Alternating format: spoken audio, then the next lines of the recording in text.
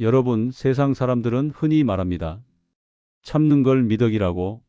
화가 나도 내색하지 않고 슬퍼도 웃고 마음이 아파도 괜찮은 척하는 것. 그게 성숙한 사람의 자세라고 하죠. 그래서 우리는 어릴 때부터 말하지 않고 표현하지 않고 스스로 감정을 꾹꾹 눌러가며 살아왔습니다. 그게 어른이 되는 길이고 가족을 지키는 방법이다.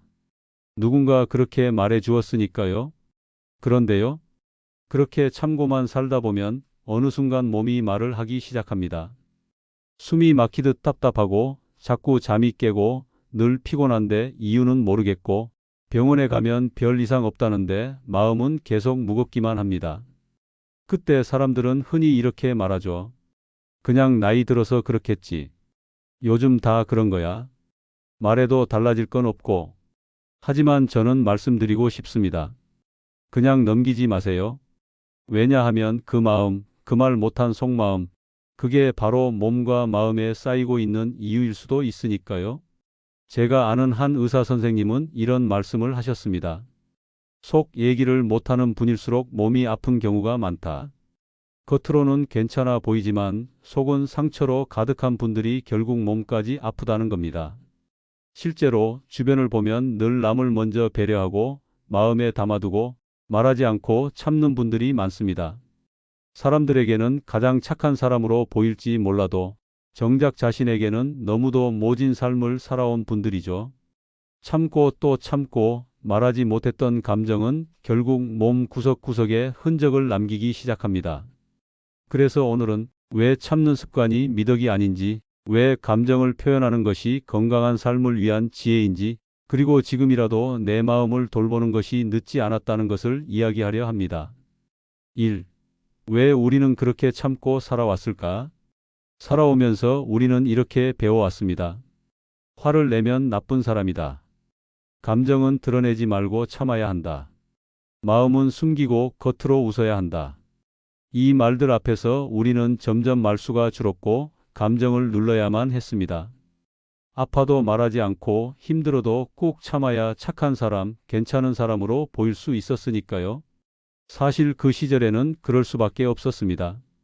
먹고 살기 빠듯한 시대, 감정보다 생존이 중요한 시간들, 슬퍼도 눈물 흘릴 틈이 없었고 서운해도 말하면 괜히 문제만 생긴다고 여겼죠. 특히 부모님 세대는 감정 표현에 익숙하지 않으셨습니다. 괜히 분위기 망치지 마라. 어른 앞에서 울면 보기 안 좋다. 그냥 내가 참아라. 그 말들을 마음에 새기며 우리는 말보다 참는 법부터 배웠습니다. 가정 안에서도 마찬가지였죠. 어머니는 아버지 앞에서 속마음을 꺼내지 않으셨고 아버지는 자식들 앞에서 감정을 보이지 않으셨습니다.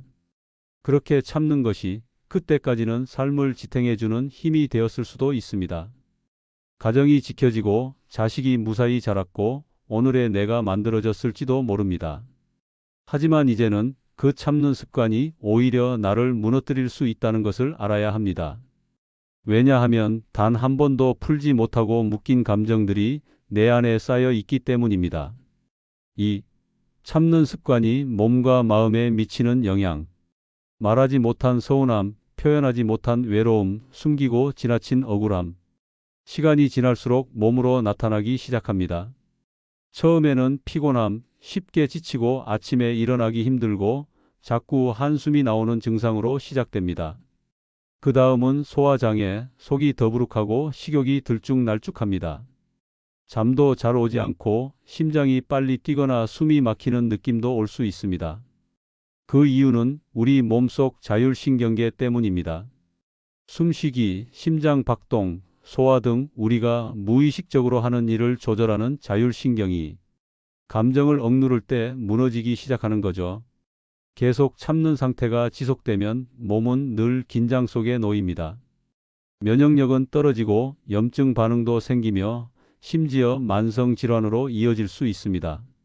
한 예를 들어볼게요. 70대 중반 여성 한 분은 오랫동안 가슴이 답답하고 숨이 막히는 증상으로 병원을 다니셨습니다. 검사상 큰 이상은 없었지만 늘 뭔가 가슴에 얹힌 것 같다고 하셨어요. 상담 중 그분은 이렇게 고백했습니다. 남편에게 서운한 말을 한 번도 해본 적이 없어요. 애들 앞에서도 속상한 티 낸 적 없고요. 그 말을 꺼낸 후 그분은 눈물을 흘리셨고 그날 이후 조금씩 자신의 감정을 글로 적기 시작했다고 합니다. 놀랍게도 숨이 막히는 증상은 점점 사라졌습니다. 우리 몸은 정말 정직합니다. 속마음을 말로 풀지 않으면 몸이 대신 그걸 꺼내려는 거죠. 3. 감정을 건강하게 표현하는 방법. 그럼 참는 습관을 조금씩 바꾸려면 어떻게 해야 할까요? 방법은 의외로 간단합니다. 혼잣말부터 시작하기. 오늘 나는 조금 서운했어. 마음이 무거워. 이렇게 혼잣말로 자신의 감정을 꺼내보세요. 글로 적기. 종이에든 휴대폰 메모장이든 좋습니다. 한 줄만 적어도 충분해요. 오늘은 그냥 좀 울고 싶었다. 그 말이 마음에 남는다. 글로 적으면 감정이 정리되고 마음이 가벼워집니다. 몸으로 표현하기. 산책하며 마음속 말을 꺼내보세요. 걸음과 함께 감정도 풀어질 수 있습니다. 신뢰할 수 있는 사람과 나누기. 가족, 친구, 이웃 등 한 사람만 있어도 됩니다. 감정을 말할 통로가 생기면 삶이 훨씬 가벼워집니다. 괜찮다 대신 솔직하게 말하기. 오늘 조금 힘들다. 나는 이런 말이 듣고 싶었어. 내 감정을 인정하는 말이 나를 지켜줍니다. 4. 오늘의 핵심 요약. 참는 습관은 미덕이 아니며 건강을 해칠 수 있습니다. 마음을 꾹 눌러두면 몸이 반응합니다. 감정을 말하지 못하면 관계와 삶도 서서히 단절됩니다. 마음의 문이 닫히고 사람과 멀어지고 내 감정도 낯설어집니다. 지금부터라도 바꿀 수 있습니다. 하루 한마디, 하루 한 줄만으로도 삶은 달라질 수 있습니다. 5. 당장 오늘 실천할 수 있는 3가지. 감정에게 말 걸기. 하루에 한 번 혼잣말로 내 감정을 꺼내보세요. 마음을 글로 써보기. 한 줄이면 충분합니다.